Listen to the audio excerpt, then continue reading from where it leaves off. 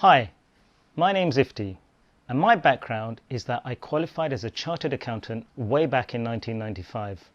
I know, I don't look that old. I've set up multiple successful businesses and I've been investing my own money for many years. But this video is not about me. Actually, if you want to know more, there's a link in the description. This video is about helping you to decide who is the best trader on eToro.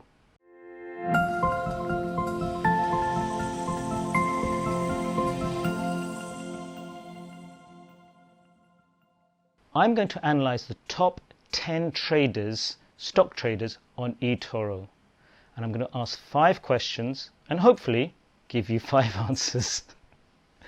First question. What is the quality of each trader's portfolio?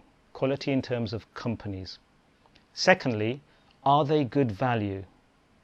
Thirdly, do they have good growth prospects or momentum? Fourthly, how does each trader compare in terms of results to the other top 10? How do they rank? And fifthly, how well do they communicate with the millions of people following or copying them? That's really important. Every company that's on a public stock exchange has to produce accounts. And in America, they have to give quarterly earnings updates. They're independently checked and audited by somebody external.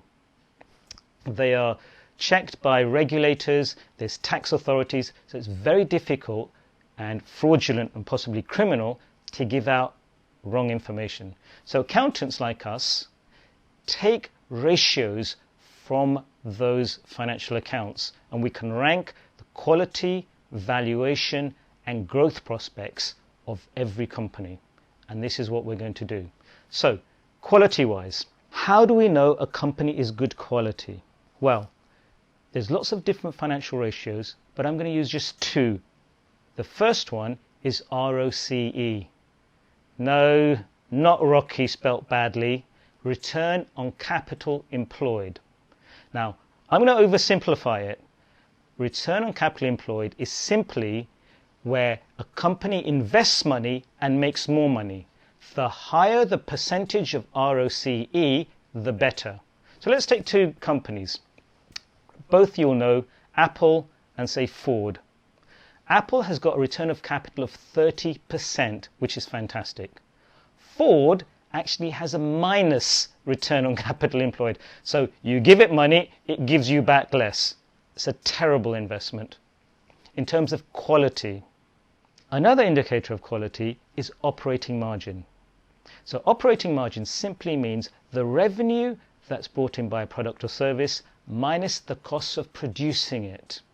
So again, with the 2 examples that we have, Apple has about 25% operating margin, Ford has minus 2%. So in terms of quality, Apple, in terms of marks out of 100, ranks in the 90s, whereas Ford is only 40. So you can see we can rank each stock in terms of quality, and that's what I'm going to do for the entire portfolio of all of these people. So the second question we're going to ask is it good value? And again, there's lots of different financial ratios. I'm going to take you through again just 2. The first one is called the PE ratio. No, that's not physical activity at school or anywhere else.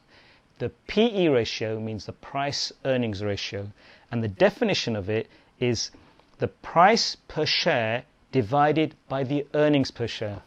Well, what does that mean? The higher the PE ratio, the more expensive the stock is. So how do you know if it's expensive or not?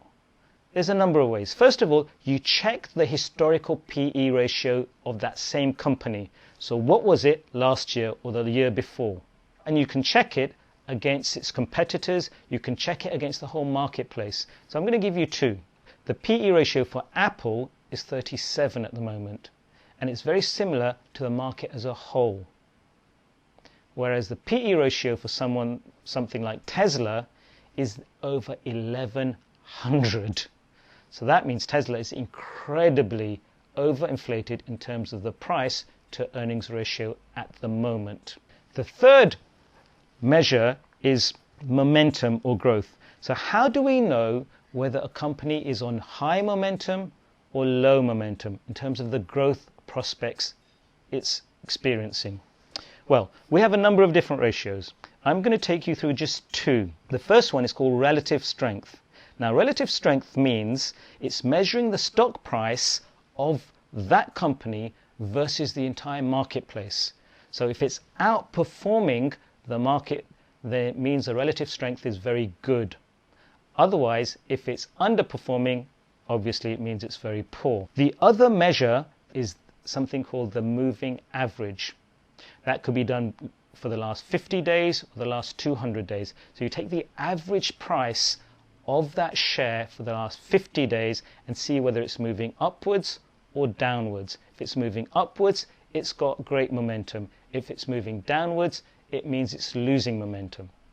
So you can see quality, valuation, and momentum are very easy to tell by looking at financial ratios and ranking them out of marks of 100. So we can do that for each stock. We can do that for the portfolio of the top 10 traders. A health warning. If you've got good quality, low valuation, and high momentum, it does not guarantee that the stock price will always continue to go up. And it does not mean that it's a guarantee.